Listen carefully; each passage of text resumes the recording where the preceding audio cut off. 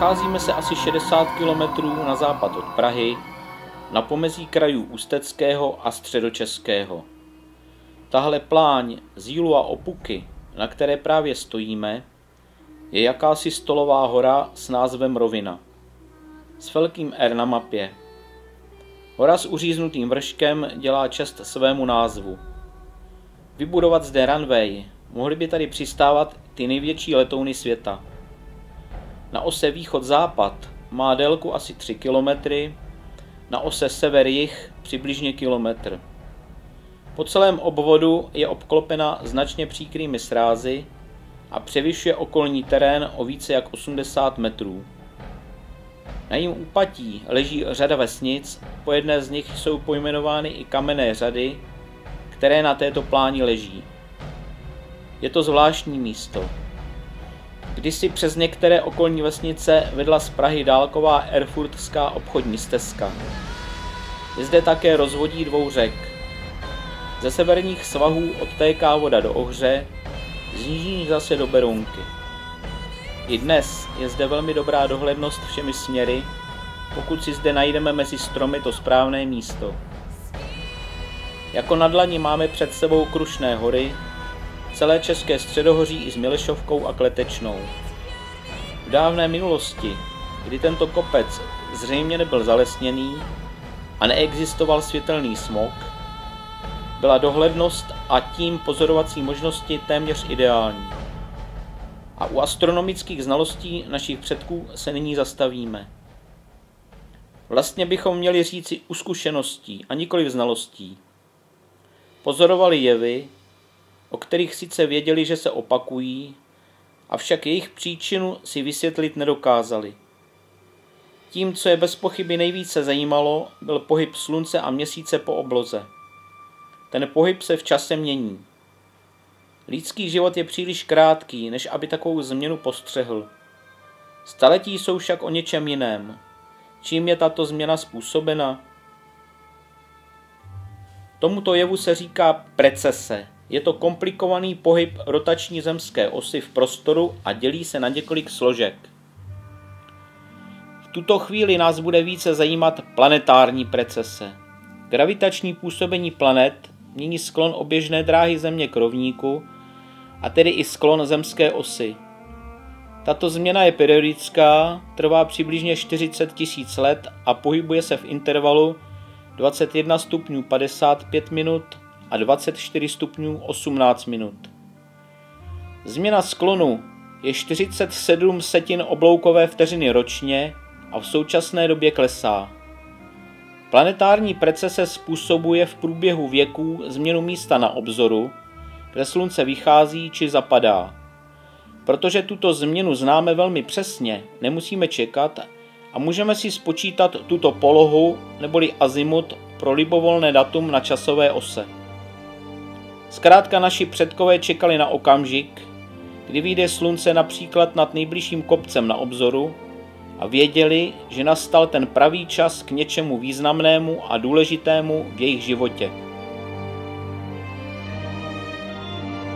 Položili jsme si otázku, jestli byly takové pozorovací možnosti i z tohoto kopce. A známe nějakou civilizaci, která by se podobnou činností mohla zabývat? Nešli jsme příliš daleko v čase. Skončili jsme u oblíbených Keltů. Keltové jsou nejstarší obyvatelé na našem území, o kterých s jistotou víme, že své svátky slavili v přesně určených dnech. Zkusili jsme 30. duben, velmi známý svátek s názvem Beltin. Začátek teplého období roku.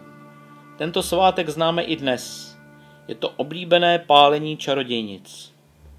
Mapa a výpočet nám řekli, že nejbližší kopec, který by tomuto správnému východu slunce vyhovoval, je hora Říp, vzdálená 46 kilometrů. Na obzoru byla vidět, takže už jen zbývalo si výpočet ověřit fotografií. Trvalo to dlouhých 7 let, než nám konečně počasí dovolilo tuto fotografii pořídit. Jenže teprve nyní se dostavil ten hlavní problém. V době Keltů totiž vycházelo slunce o Beltinu na severním úpatí Řípu a nikoliv přímo nad ním, jako v roce 2007. Protože víme, že sklon zemské osy se periodicky opakuje, vypočítali jsme, kdy naposledy to bylo před rokem 2007. Výsledek nás ohromil. Vyšlo nám více jak 10 000 let před naším letopočtem. Z tohoto časového odstupu jsme my i Keltové téměř současníci. Pokud zde, na této pláni tedy vznikl jakýkoliv posvátný areál, byl vybudován prastarou civilizací střední doby kamenné. Je samozřejmě možné, že mladší kultury toto místo později také využívaly ke svým obřadům, ale rozhodně nebyli jeho tvůrci. V centrální části této stolové hory se nachází podivné kamenné uskupení. Je tvořeno 14 řadami, orientovanými ve směru sever-jih. Řady přetínají v tomto směru celou šířku roviny a končí na okrajích hlubokých srázů. Vzdálenosti mezi jednotlivými řadami kolísají mezi 15 až 30 metry a celý areál zabírá lesní plochu o výměře asi 25 hektarů. Řady jsou oficiálně známy přibližně 80 let. Od té doby vzniklo mnoho prací a teorií, které se jimi zabývají. Od těch naprosto fantastických až po velmi věcné a seriózní. Meze oddělující políčka či koňská závodiště v minulých časech vystřídali startovací rampy pro UFO v současnosti. Akademická obec je dnes stejně skeptická jako kdysi a křečovitě hledá nejrůznější přirozená vysvětlení, ale ani ona zkrátka neví. To raději bude do omrzení opakovat nesmysly o koňském závodišti, na kterém by si jezdci v cíli zlámali vaz pádem ze 100metrového srázu. Nechtěli jsme však od nikoho nic opisovat a chlubit se cizím peřím. Proto jsme si na vše sáhli, změřili a ofotografovali sami. Naším stylem práce bylo, je a bude shromáždit co nejvíce faktů a teprve potom na jejich základě vymýšlet teorie. Ta fakta jsme začali shromažďovat před 20 lety. Nyní je procházka podél řad velmi snadná.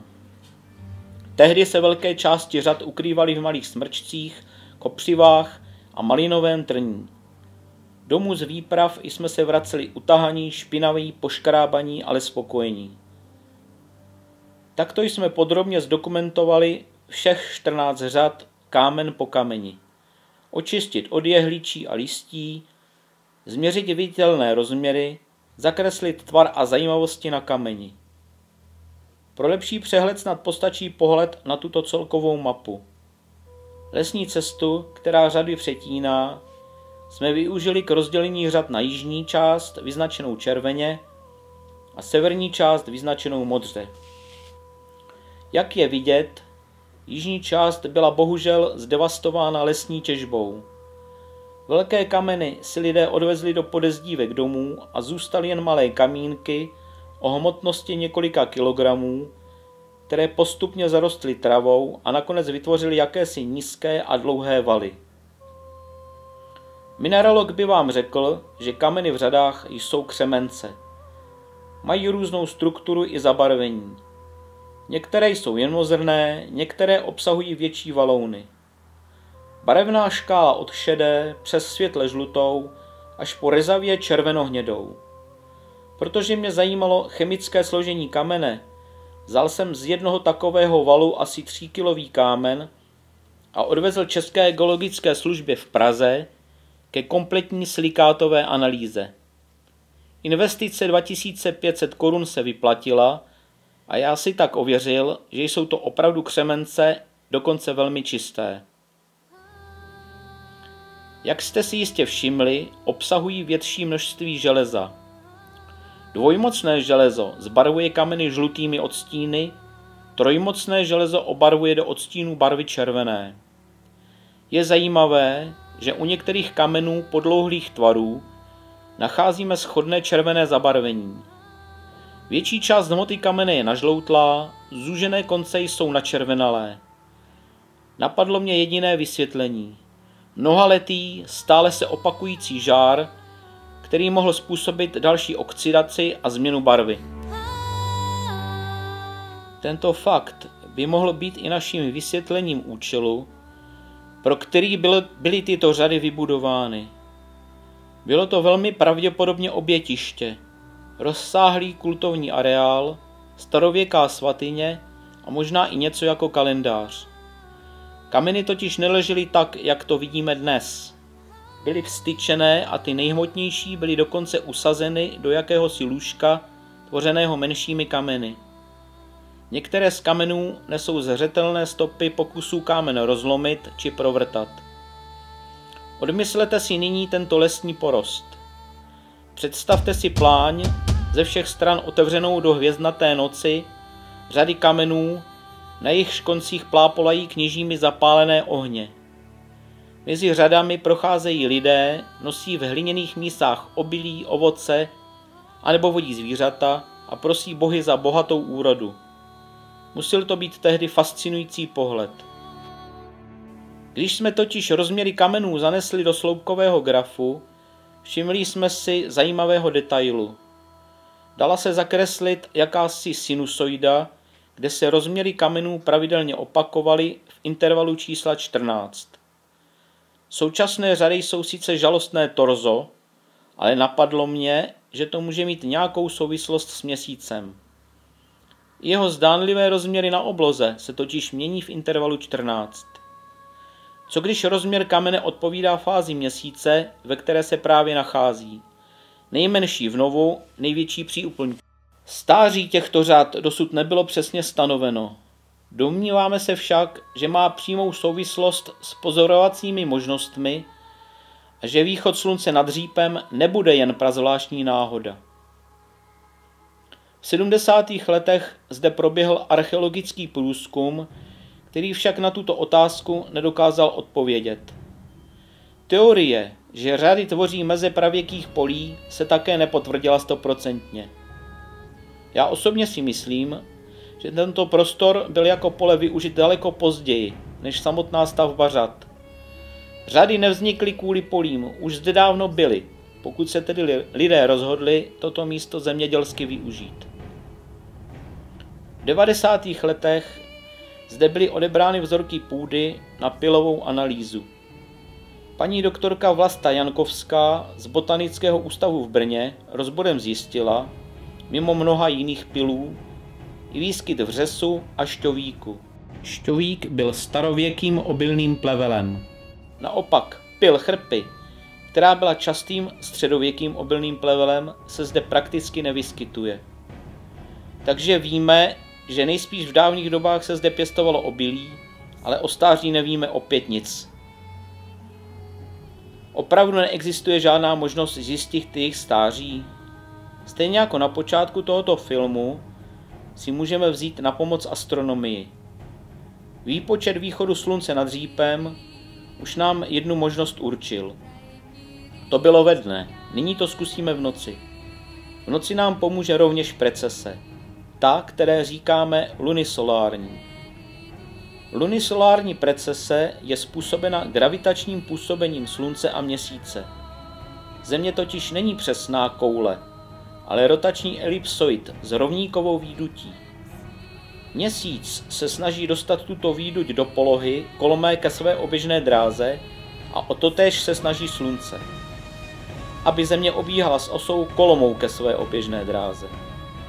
Důsledkem těchto dvou sil se zemská osa naklání a provádí jakýsi krouživý pohyb po plášti dvojkužele. Plný kruh opíše zemská osa za 25 800 let. Tato doba se nazývá platonský rok.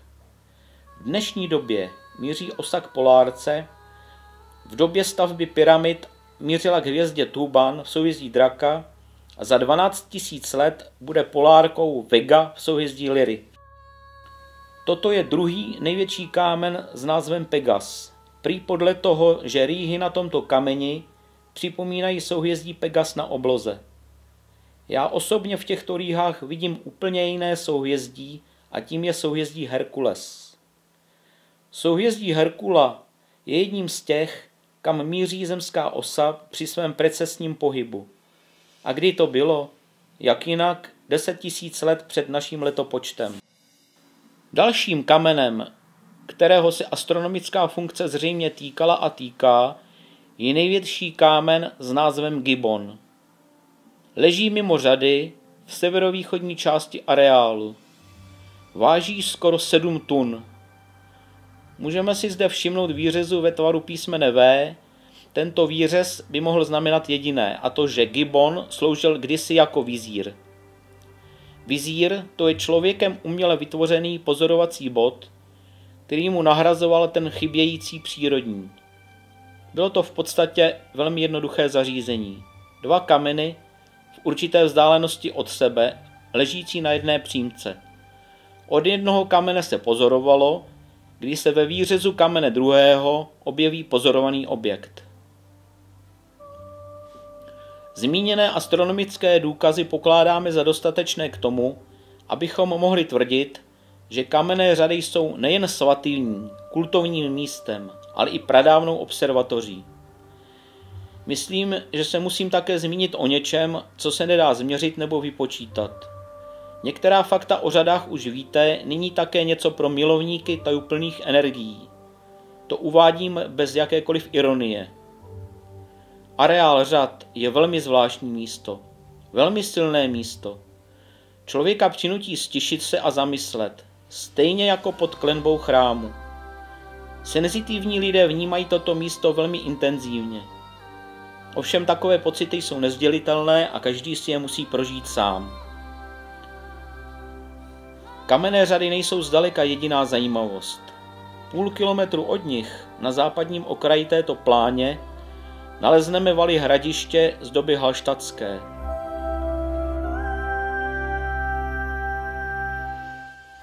Tento náramek, mimochodem vyrobený zcela nedávno, byl oblíbenou ozdobou tehdejších žen.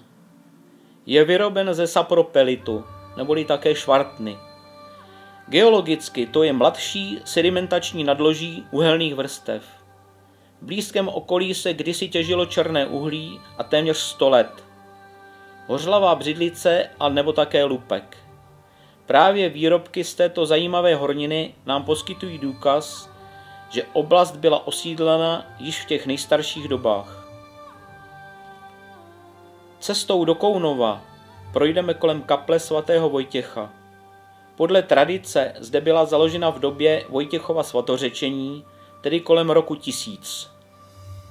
Svatý Vojtěch tehdy přivolal déšť v době, kdy celý kraj byl sužován suchem. Důležitější jsou však fakta. Svatý Vojtěch byl nesmiřitelným nepřítelem pohanského kultu. Modly likvidoval všude, kam přišel, což bylo příčinou i jeho pozdější smrti v pohanském Prusku. Pokud navštívil tento kraj, nebylo to jistě náhodou. V nedávné minulosti kaple proběhla generální opravou. Bylo možné nahlédnout i do částečně odkrytých základů, kde se mimo opuky vyskytují ty samé křemence, které jsou na řadách. Kaplička totiž stojí na jižním svahu roviny a křemen měl jistě lepší opěrné vlastnosti než opuka. Naše cesta končí v Kounově. Zde se v domě bývalého mlýna u Tří Lip nachází obecní muzeum s expozicí věnované nejen historii obce, ale i kamenných řad.